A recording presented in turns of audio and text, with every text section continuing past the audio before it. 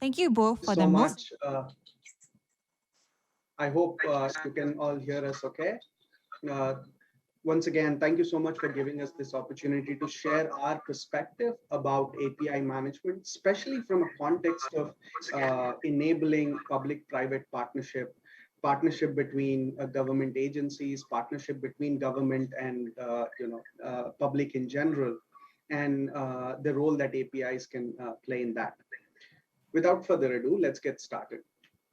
So what we will talk about in this session is going to largely cover first how government can assist innovation with APIs. We will also talk about the concept of a digital value chain, which puts API first, and that too from an outside in perspective. How do you create a portfolio? How do you create capabilities around around APIs, which are designed for the unknowns, right, in order to promote innovation. And then we will also touch upon how the API management, how to use API management to build a rich developer ecosystems through use of APIs as a product. The subtopics that we would cover today, of course, will we'll talk about the digital value chain. We'll talk about the concept of API lifecycle. We will also touch upon how Apigee, Google's API management platform, provides the necessary technical framework in order to enable the API management practices. We'll then go to talk about developer ecosystems and use of APIs, or conceiving APIs as digital products and managing them accordingly. So let's talk about the concept of digital value chain first. If you look at digital value chain, the first thing that we have to see that today, as we, in the current context, there are three key enablers that have come together in order to allow for a very rich, public-private partnership that was not possible even 10 years ago. The three technologies here is cloud, data, and API, bringing both these technologies together. Cloud essentially gives government agencies, private businesses, and individuals like myself and yourself the capability to have access to highly scalable, highly capable technology platforms with which you can build large-scale applications. Data, of course, has become has become highly available now. We have a lot of data sources that have been that constantly generate information.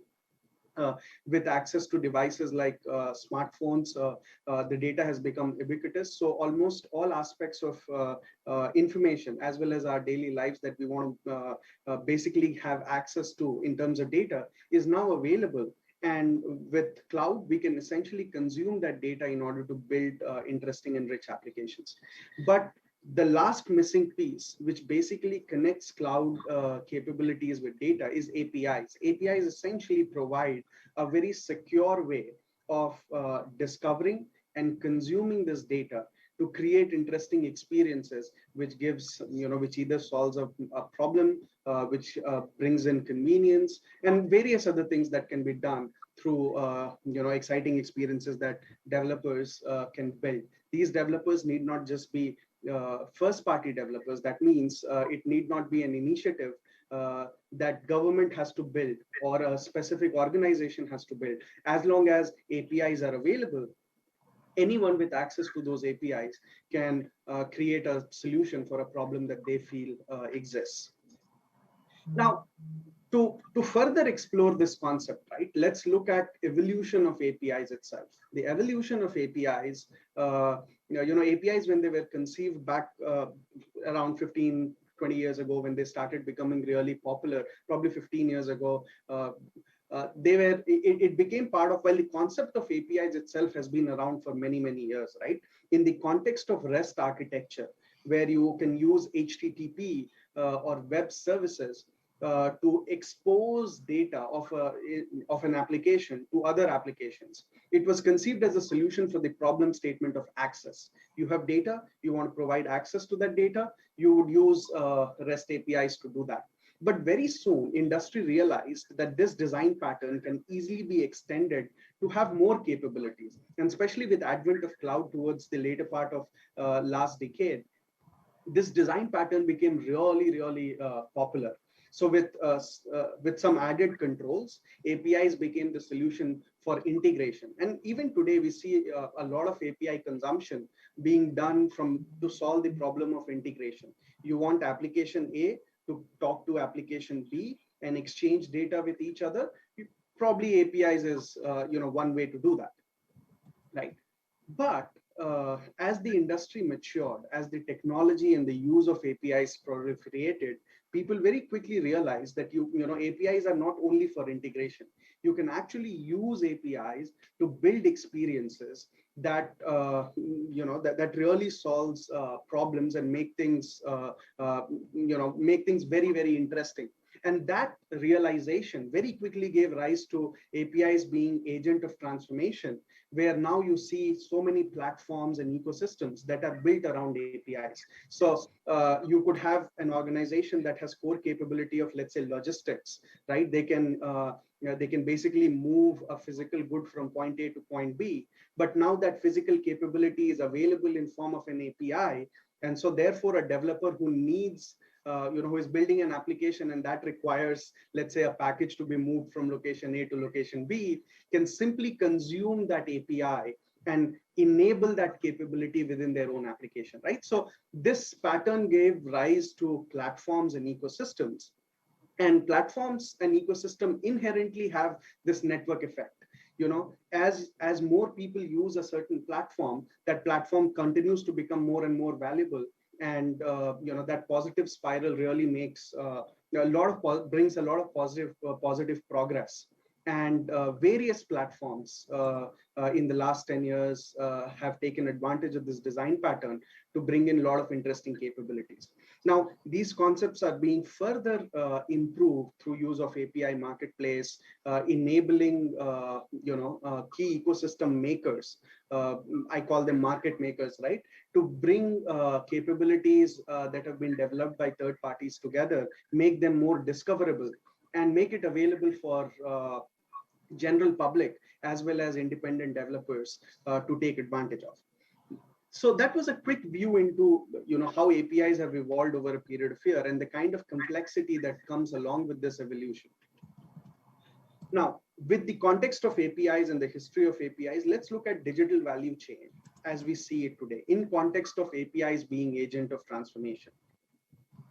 If you look at it, you essentially have on the left-hand side of this digital value chain, the core business product processors, right? So these are the back-end services that have been built in order to solve specific business problems, right? These are essentially, platforms that have been designed to provide a certain information, carry out a certain transaction. So for example, if you're a bank, these microservices or legacy applications could be the ones that open a new bank account, that essentially open a new loan account or make a payment transfer from one account to the other. So they essentially implement the core business functionality. Now, these core business functionalities are exposed as APIs by a team that is responsible for building this API, right? And they are essentially solving for the exposure problem. So they take this backend capability and make that backend capability available to the API team, to the in form of APIs for the developers. Now, the thing is, this particular these set of APIs that are designed or that are published for the benefit of the developers, and the developers might not have the same use case for which you had conceived your API, right? So that's one of the most important aspects to keep in mind, right? These developers might be trying to solve a problem which is in context of a problem statement that you had not conceived. So for example, while you may have created, let's say, a payment API or a savings API in order to allow people to deposit money in their account, but now I could be a personal finance application developer who is building an application for general public to save money towards goal. So what this application does is I can sign up on this application, create an account, and then say, let's say I want to go out, go for a vacation, right? Or I want to buy a PlayStation 5. I don't know, right? These are small goals in life for which you want to do targeted savings. Let's say very $15 saving, $20 saving, $50 savings on a regular basis. But this personal finance app requires needs to partner with a bank in order to enable that capability. Now, when bank built this API, they built it with a different use case, but the partner who is building, the developer who is building this new experience through this application is trying to consume that capability in a very different context. Therefore, APIs have to be flexible enough to accommodate various use cases. And later we will see how APIs as product essentially allow that use case. But ultimately, the API team is responsible for making sure that they have these set of APIs that they are publishing, which is discoverable and consumable by the developers or their partners, so that they can build applications which end users would use. And in doing so, there are certain, certain operational challenges that need to be overcome. For example, of course, security goes without saying, right? That's the first and foremost thing. You are essentially allowing access to your core business services to third-party agencies, to third-party developers, and therefore ensuring that you have all security policies in place is extremely important. The second aspect is onboarding the partners itself. When you build your core, core capabilities, when you build these, backend systems, they were designed to be consumed only by you in many cases, right? So it was only your organization, your company that was going to use that. But now you have third-party, consumers who are going to use it, other agencies that might want to use it, other government departments that might want to use it. So you need a framework where you can scalably onboard these partners. I mean, for example, if you were to allow access to only 3 or 4 or 5 or 10 agencies, you could probably do it manually. But if you want to really create an open ecosystem where thousands of developers could come on and request access to the APIs and manage the lifecycle of those partners, would very quickly become extremely complicated. So you need capabilities around managing these partners, onboarding them, managing their lifecycle, right? And when you do that, of course, we are inherently talking about scale. So the platform has to be scalable. It should accommodate, hundreds of developers, thousands of developers, tens of thousands of developers. And in many cases, we have customers who essentially have hundreds and thousands of developers who use their APIs. So the partner management capability, as well as the platform itself, which is responsible for publishing these APIs, have to be highly scalable. And of course, your backend services also have to be highly scalable. And that's where modern application architectures like microservices become very, very handy. And all of this needs to be done at pace, and that's where agility comes into the picture. That's where doing things quickly and ability to respond to changes quickly also become extremely important. Now, with all of this in place, you would also agree that you need visibility into every aspect. When you are running such a large operation, it is important that you have visibility into every aspect of these operations, and that's when data analytics becomes extremely important. Not only from an operational standpoint, but data analytics also becomes useful, especially in the context of APIs, because through APIs, you are essentially exchanging information. It's like blood in your body.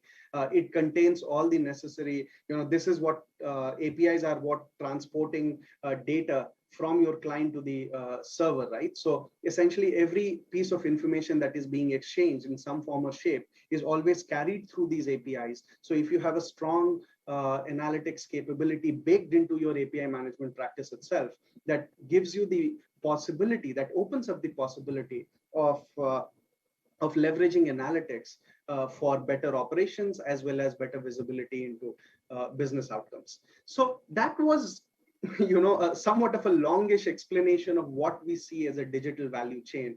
How do you see the value being multiplied for your core business product processors or essentially your backend services, all the way to new and rich, exciting applications that are being developed by you as well as your partners and third-party developers. So extending this concept a little further, right? When you have this digital value chain, you essentially have multiple channels that will consume these APIs, right? And your API team is essentially responsible for bringing all of that together in form of APIs. And as I was mentioning, these channels could be, external application developers. These could be partner application developers who have been chartered and have been given responsibility to, basically implement certain capabilities. Or these could be internal application developers within your own department, within your own agencies, right? And then these APIs could be surfaced via external applications or partner applications or internal applications where citizens could consume it. There are scenarios where your partners themselves could consume it. And in many cases, you would enable, through these internal applications, government employees as well as other agency employees who might consume this, who might access and use these internal applications to deliver various services. So APIs that way bring in, because they decouple these capabilities so nicely, it brings in the much needed flexibility to make sure that the capabilities can easily be made available via various channels of consumption. Right. So the key decisions that you have to make, especially as leaders who are responsible for, for running an API program and taking advantage of this design pattern, is what are the channels of interaction in your digital value chain, in your specific use case, in your specific scenario. What are the API, what are the channels of interactions that you need to support in your digital value chain, who your partners are, who your developers are. Is it only a first party applications through which you service customers, or these are, or do you have a room to accommodate independent developers, as a normal, public, as a normal citizen, I could just access these information through these APIs or these capability through these APIs and build applications for fellow citizens, for example, right? The second aspect is, which is connected to the first one, is who are the consumers of your services and what are they expecting from your APIs?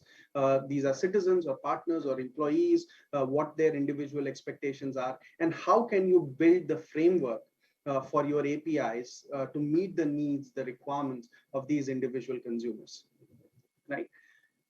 Now, let's switch gears a little bit and see how technology can help you, build these, channel of interactions, digital value chain, and solve for your specific consumers. And that's where the API lifecycle comes into picture. You see, APIs are,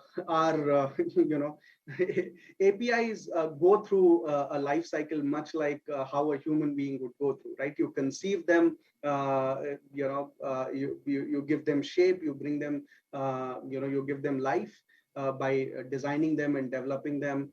You make them, easy to consume by making them discoverable. You make sure that you take care of security. You publish them to make it available for others to consume those APIs, use those APIs. And you always keep an eye on how things are running through monitoring and take advantage of analytics in order to,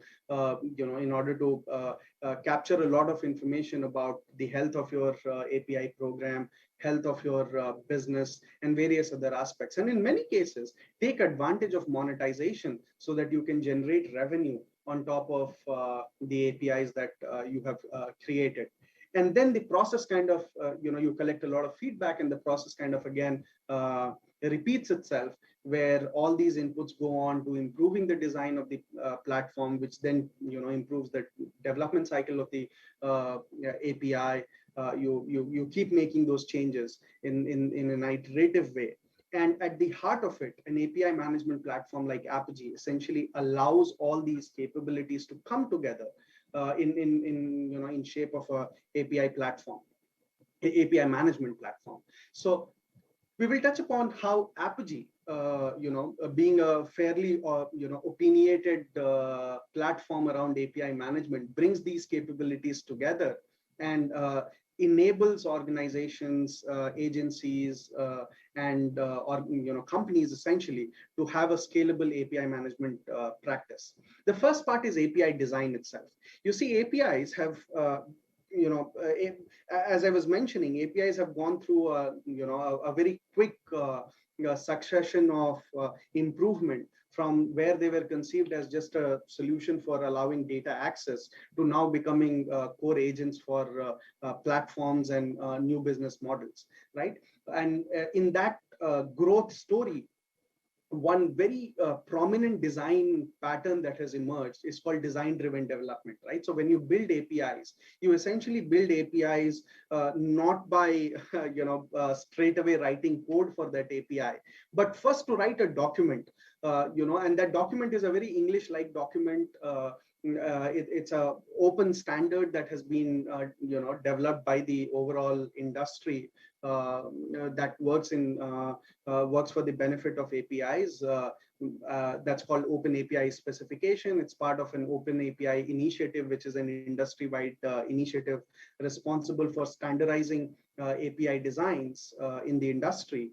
So, and Apigee has been the founding member of that. We have been one of the core contributors towards this Open API initiative.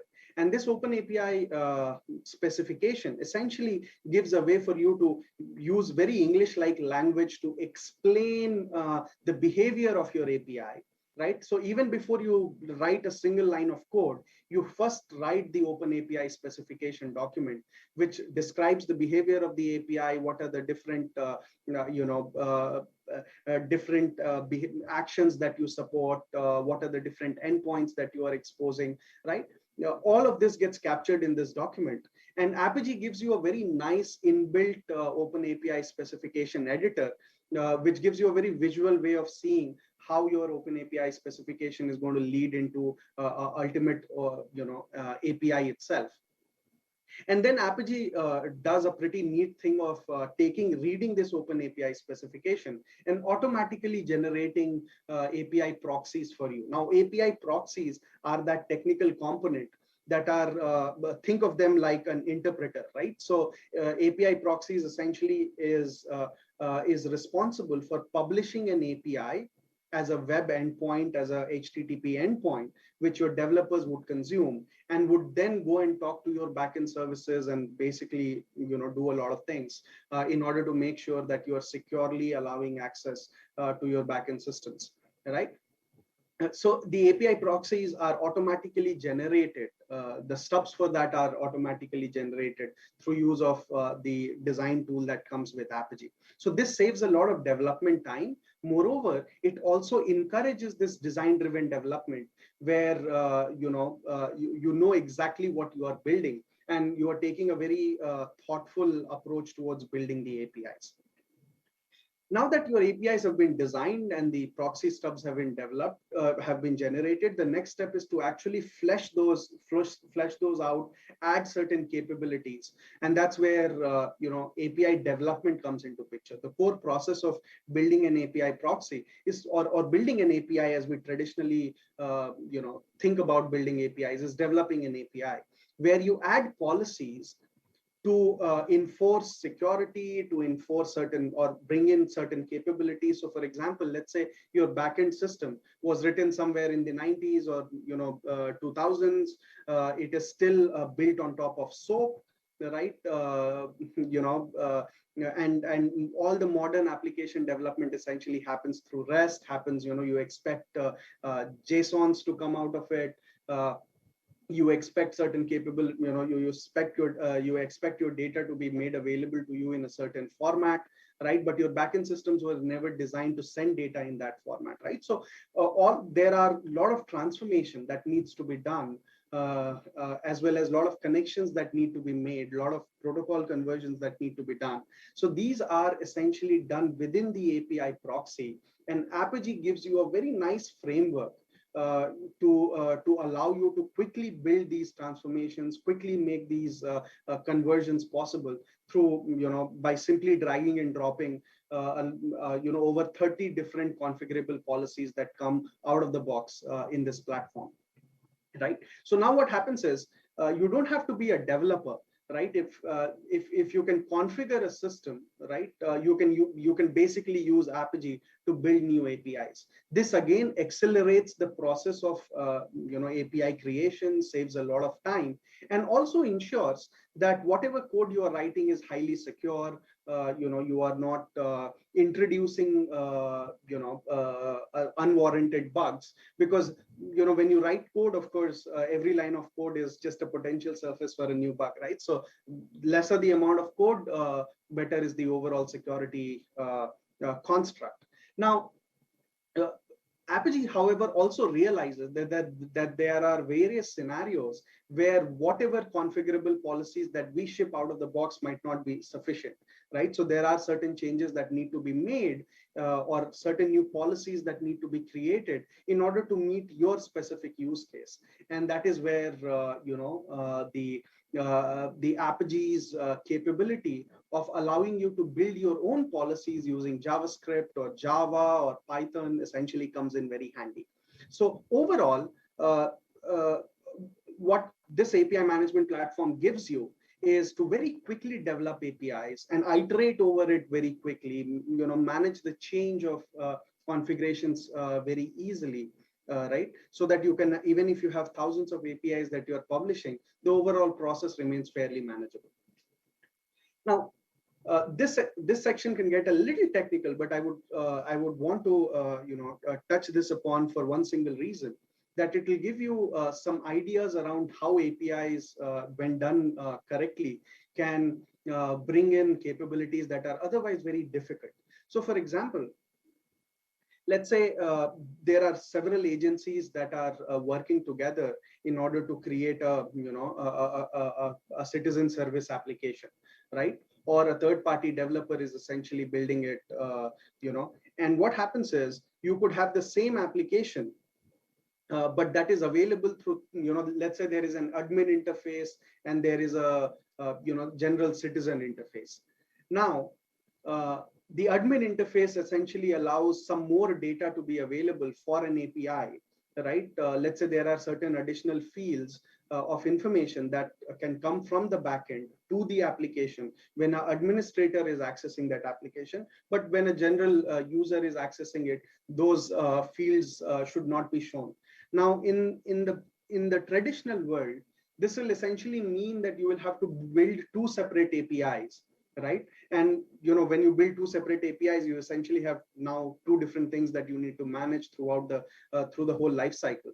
But what Apigee essentially does is it gives you such fine-grained control on, in the construct of your API proxy, that you can now see that, hey, this request that I received is coming from an admin interface, right, of the application, rather than coming from a normal unauthenticated user, or through a normal authenticated user. And therefore, I need to change the behavior of the API. I now need to provide 5 additional data points when I send the response back. This is something that you can implement in the API proxy itself. So this brings in a lot of intelligence, and a lot of conditional capabilities can now be brought into the context of your APIs, so that you only publish one API, but that API will behave differently based on who is accessing that API. So when your partners access it, the same API can behave differently. When a customer accesses it, it can be different. And so on and so forth, right? So this fine-grained control essentially allows you to minimize, again, the number of APIs that you need to create in order to support a use case, brings in a lot of flexibility, and also gives you the capability to continue to iterate over it in order to meet requirements that you might not have conceived when you were designing this API. So the overall agility that this approach brings in is substantial, and of course, in the long run, it also helps save a lot of cost, when you are running your API programs. To conclude on this particular thread, I just wanted to touch upon, the 30 different API policies that I spoke about earlier. As you would see, these policies essentially allow you to manage traffic better. So for example, you would want to ensure that there are only so many API calls that a specific partner can make in a specific period of time. So you can enforce those quotas, right? You can enforce certain rate limits so that there are only so many calls that someone is making, and they don't end up completely overwhelming your backend systems. This also allows you to take advantage of caching in order to ensure that your backend systems need not service all the requests all the time. And that can substantially improve the performance of your overall API program, right? So for example, in many cases, let's say there is a data that general public is very interested in. Let's say I want to create an API which gives, which makes all the vaccination centers available. Now, the vaccination centers are largely not going to change on a day-to-day basis. So now my response to this vaccination center API can easily be cached within my API platform. So let's say if Grab wants to show nearest vaccination point, if Google Maps want to show a nearest vaccination point, or various other partners out there who want to use this API within their own application in order to show nearest vaccination points, they can simply call your API. But every time they call your API, you don't have to go to your backend database and fetch that data. You could essentially service it from cache itself, thereby improving the overall performance of your platform and saving a lot of cost also in the process. From a security standpoint, that probably is one of the highest, one of the most important aspects, especially when you're running an API program. So the platform gives you the capability to quickly build OAuth, and take advantage of security postures like verifying API key, essentially making sure that no one is sending you sneaky requests and enforcing some SQL injection attack or a JSON threat while calling your APIs through a malformed payload. So all of that can be done within the API proxy context itself, right? And then comes mediation, where all the transformations takes place, all the necessary changes to your data format takes place. So that again has a lot of capability that comes out of the box. Usually it would have taken, a lot of development effort to do it. But now you don't have to do that because, these common use cases are just available right out of the box for you. So it saves you a lot of time. And, earlier what used to happen is the technology used to be expensive and the people who build on those technologies used to be not so expensive, right? Nowadays, technology is quite cheap, but engineers who are, who are responsible for building these APIs, that's a very expensive resource for any organization, if I can call it that way, right? So,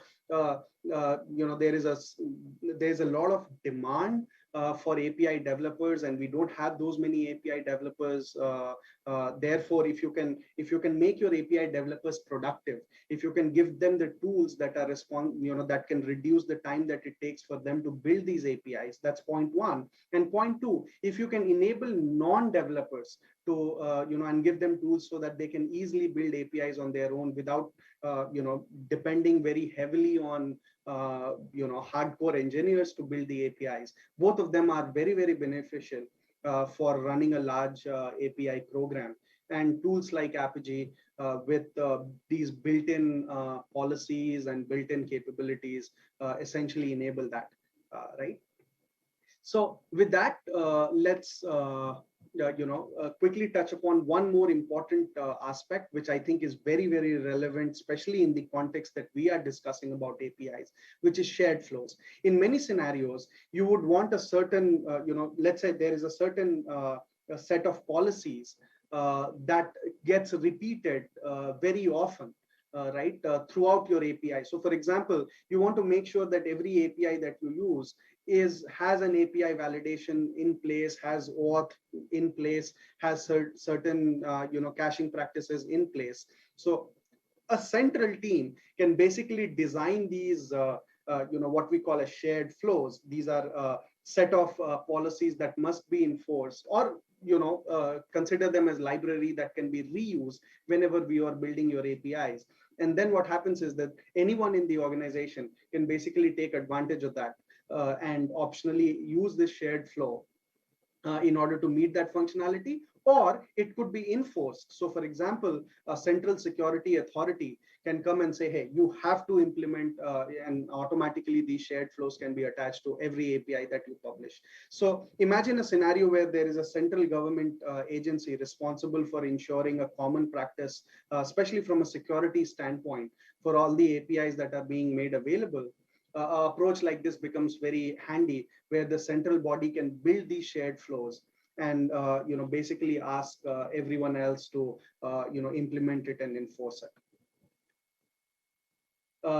Let's take the theme of security a little further, and I'll touch upon what we offer from a security perspective. You see, security is such a complicated subject, especially because the margin of error in security is almost nil, right? There is nothing like 99.99% secure, right? You have to be 100% secure. Even a marginal lacuna in your security posture could be catastrophic, especially in the scenario that we are operating in. Government agencies, public partner, public-private initiatives. They have you cannot take security for granted at all, and therefore there are a lot of initiatives or a lot of capabilities that have been baked into the platform in order to ensure security. So the best way to visualize this would be to look at it from a digital value chain perspective once again. And if you look at what Apigee essentially does, that for every pillar of this digital value chain, you have got security capabilities that are brought into the picture. So starting from your backend, ensuring that the traffic between your API proxy in your client all the way to your backend systems is encrypted. You can, and is validated. You can take advantage of technologies like mutual TLS to identify. Server identifies the client identifies the server, and you know that there is no man in the middle, and your entire traffic is properly encrypted and secure. You can also enforce IP access control. So you can say, hey, only these APIs are essentially allowed to access, access these service, and others are not allowed. So you can enforce such policies from a security point of view, taking advantage of Apigee. Similarly, your API teams itself who are responsible for building these APIs, you can enforce certain, role-based access control on them, make sure that they always authenticate through your source of authentication, and you have all the necessary audit controls put in place so that you don't have a rogue, internal attack where someone goes and makes changes to an API configuration that intentionally introduces certain vulnerabilities. Right, so there are capabilities built into the platform through audit controls as well as through role-based access controls to ensure that such scenarios can be protected. Such scenarios never happen. The APIs itself, you have various security controls that you can put in place, be it from an authentication authorization perspective, where you can take advantage of protocols like OAuth 2. You can enforce quotas so you don't end up running into distributed denial of service attack, intentional or unintentional. And you can take advantage of things like SQL injection protection or JSON thread protection by enforcing those policies within your APIs, right? The other threat vector is the developers itself. Imagine if their account gets compromised, someone can get access to sensitive information. Many times you would have read these news with that developers by mistake committed their API keys to GitHub, and they essentially end up opening up vulnerabilities for which there are no controls. Apigee essentially provides certain guardrails around that. So you have got SSO, single sign-on capabilities for your developers. You can enforce role-based access control for your developers. All of that is basically made available within the platform. From a digital experience as well as users perspective as well, taking advantage of things like multi-factor authentication, IP access control, and federated login. You can ensure that your users are also protected. They are not duped, or they are not, essentially socially engineered in order to compromise the APIs that you have built. I also see there was a question, a relevant question in this section. So I would also want to touch upon that. The question basically said that in the security aspect, would like to know from you about central authorization endpoint for all API processes to tap on. And that's a very good question. I spoke about shared flows earlier, which essentially enable that design pattern. That's one. And the second part is, as you can see, the APIs can be protected through use of technologies like OAuth, which essentially do two things. They not only take care of authentication, but they essentially implement a framework for authorization, right? So now what happens is, while you can authenticate a user, you can also enforce authorization, where you can say, hey, my APIs, this API could essentially provide 15 different data elements, but you can give a framework where the user will say, hey, you get access to only 5, because the use case in which you are trying to use this API requires only that 5 information, right? So you can create these central frameworks through use of OAuth 2, as well as a lot of other things through the shared flow design pattern, where you can ensure that you are only providing the minimum amount of data that is required for a business workflow to be implemented. Right. In many cases, when APIs were designed, APIs were not really designed for individual elements to be captured all the time. So, for example, there are many APIs where you need only 3 or 4 or 5 fields, right, in order to implement it. But when you call that API, the API gives you 50 fields, right? Because the API was designed to revert only with those 50 fields. And it was the responsibility of the developer, the front-end developer or the consumer of that API, to take only the relevant fields. For good actors, that really doesn't matter. Trusted actors, it doesn't matter, because they would be responsible about how they use the additional data. But very quickly, it has become source of a lot of security concerns. And therefore, through use of conditional flows, through use of shared flows, through use of OAuth, you can essentially create a central framework, policy framework, through which you can ensure that you have one security endpoint which is enforcing all these policies, and your data is always secure. I hope that answers your question. Thank you so much for such an interesting question. I also want to touch upon one unique problem that you would face with APIs, that while you can design for a lot of known security threats, there are scenarios where you can even have unknown security threats. And that's where Apigee takes advantage of machine learning to basically enforce a very behavior-based security posture, where if you have bots, if you have large large entities who are running a coordinated attack on the APIs that you publish, Apigee Sense can basically identify those, and it uses a lot of technology, right from device fingerprinting to seeing complexity of the API calls and whatnot, to enforce a certain security posture. Now, all of this would not be useful if it took a lot of time to implement as well as deploy and change. Therefore, the technology stack essentially provides a very rich integration with the overall CI/CD framework, with many popular tools having easy integration with Apigee. So while you have a very nice UI-based way of building these APIs and deploying it, you can also take advantage of continuous integration and continuous delivery pipelines that you can create within your organization or across your organizations, and very quickly keep making changes to your API from a security perspective, testing perspective, as well as the overall deployment perspective. Ultimately, now that my APIs have been designed, developed, secured, they are ready to be published. And that's probably one of the biggest capability of an API management practice comes in, which is partner management. You can create an integrated developer portal. With Apigee, you can create an integrated developer portal, or you can have a Drupal-based portal, which is a full-fledged content management system, right? So all sorts of capability that you want to implement. You want to implement a developer forum. You want to publish blogs about how to take advantage of your API. You might have some video content that you can create explaining how to use these APIs, right?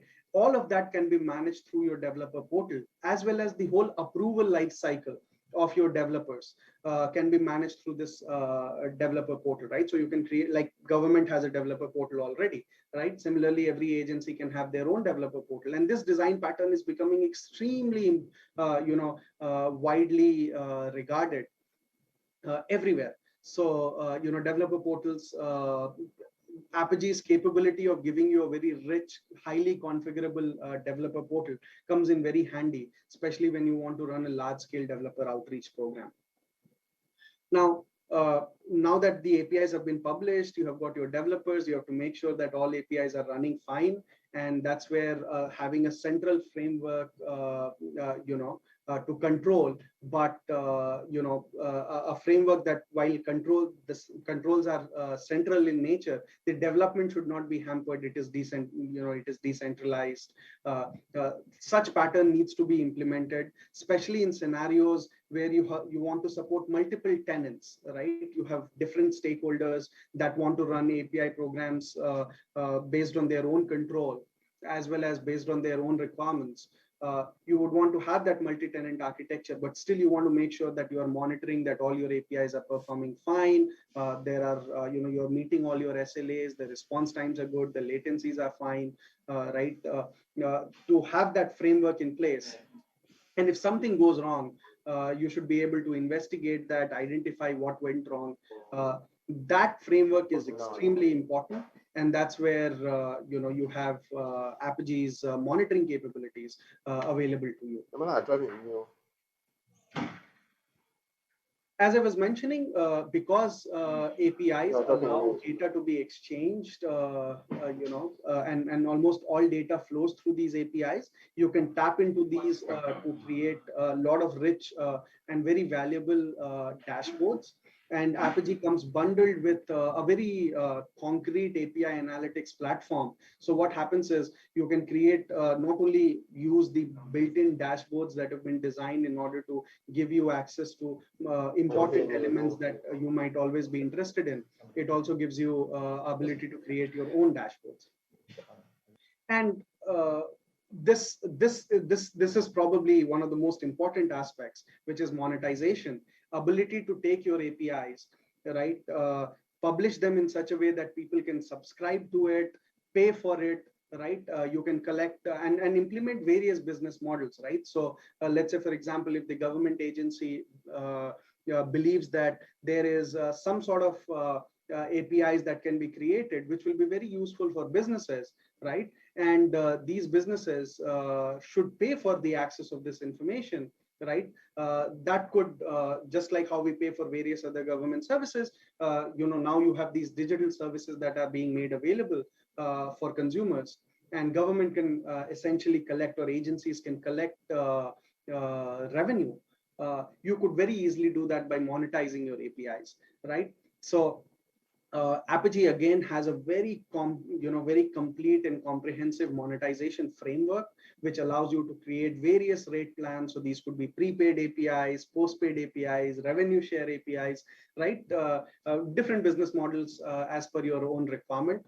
Support for internationalization, so you can publish these into various currencies. You can publish it in various languages, as well as expose this in such a way that your developers can see how much they have already consumed, what their bill is, if they're reaching their limit, you can send them notifications and things like that, right? So operationally, every capability that you would need in order to run an API business is made available through API monetization. So now the key decision that you have to make is, do you have all these capabilities already? Are they complete? Are they mature enough to run a large API lifecycle or not? And if you identify that there are certain capabilities that you don't have or something that could be further improved, you always have technologies that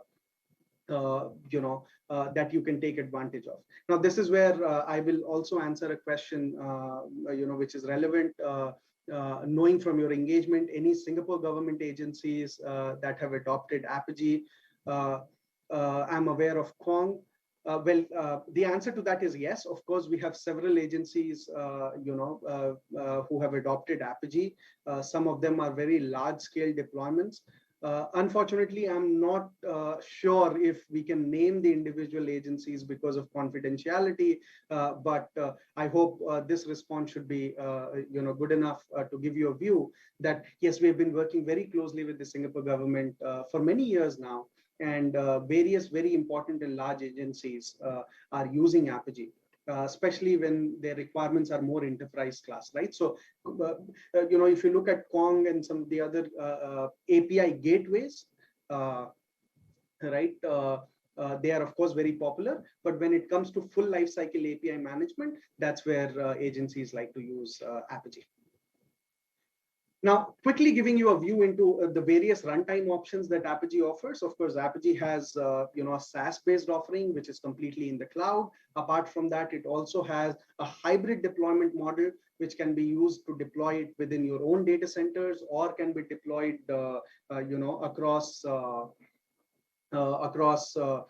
various clouds. So you could deploy it in AWS, you could deploy it in Azure, and of course you can consume it within Google Cloud Platform. Of course, we also have a deployment pattern which is private cloud. So should you because of whatever requirement, be it for security reasons, be it because of compliance reasons, if you want to deploy Apigee in your own data center, you could do that too. But our SaaS as well as our hybrid deployment models are becoming increasingly popular, because especially hybrid, which gives the capability to consume Apigee as a SaaS service, but still have the runtime deployed in your own data center or cloud of your own choice, right? That flexibility is extremely unique and very, very powerful from an Apigee standpoint. So as I said, 3 runtimes that we support. It could be on-prem, it could be hybrid, it could be SaaS. Apart from that, we have also now introduced an Apigee adapter for Envoy, a scenario where you could basically deploy Apigee alongside your Envoy proxy in your containerized application or your standard legacy VM style deployments, and take advantage of Apigee's analytics, monitoring, monetization, and various other capabilities without needing to physically deploy Apigee runtime. From an architecture perspective, this is a very high-level overview. As you can see in this, the SaaS deployment, essentially everything is managed with Apigee, and your client and your applications, essentially client application, directly come to Google Cloud, where Apigee is hosted. On the other hand, the Apigee hybrid has 2 components: the management plane, which is hosted by Google in Google Cloud, and the runtime plane, which can be hosted by you in the cloud of your choice, in your own data centers. Really doesn't matter. And the client application essentially connect directly to wherever you have hosted the runtime, right? So there are various scenarios where you would want to minimize latency. You want your API proxies to be co-located right next to your backend systems. You can essentially take advantage of this design pattern. This is like a little more blown out view of how we deploy Apigee hybrid. And as you can see, Apigee hybrid itself is a containerized application. It essentially runs on a highly scalable Kubernetes cluster and can be deployed into a containers. Right. And then the last point is Envoy adapter. As I said, in this case, you deploy it wherever you want to deploy it. The adapter essentially just fetches metadata and ships it to Google Cloud, where you can take advantage of analytics and some of the other services. So the key decision that you have to make over here are, again, who your API consumers are, and based on that, where you would want to deploy your API runtime, and again, who your API producers are, and basis that you would choose where you want to deploy your API runtimes. Now, quickly, I'll just take 2 minutes to touch upon an important element of developer engagement, taking advantage of the developer portal in order to build a developer engagement framework where you can acquire developers, onboard them digitally, and provide a lot of capabilities from a self-service perspective, as well as give them support. And in doing so, keep the whole process fairly simple, communicate the value proposition of your API, showcase them, have video content if required, have a lot of graphical ways of explaining that, and host events and hackathons like the ones that we are running right now in order to give developers a view into how to run these APIs. Make things self-service. So, if they need to see how their APIs are performing, how their applications are performing, give them that visibility through the developer portal, and minimize the time that it takes for a developer to access your APIs and use it. So if I want to create a simple application, it should not take more than a few minutes for me to build that hello world application, right, using your APIs, and also give them a framework through which they can try your APIs, of course, using non-personally identifiable data through use of a developer sandbox.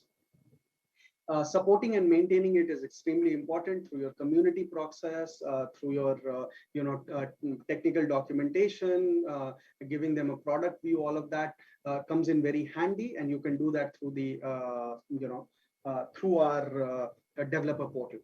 Now, API products ultimately are the end result of everything which we just did, right? So you have API developers who are creating these APIs, but API product managers can package these APIs into digital products that then the app developers can consume, subscribe to and consume and build experiences on top of that. So rather than giving them individual APIs, which basically gives a functionality, you can bundle bunch of APIs together in form of an API product, and then logically make that available for an app developer to consume.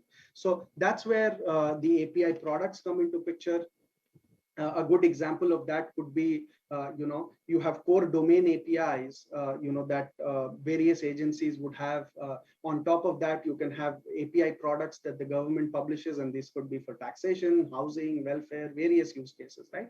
So someone who is looking to consume API, they can quickly look at it, rather than trying to stitch the individual APIs together for their own use case.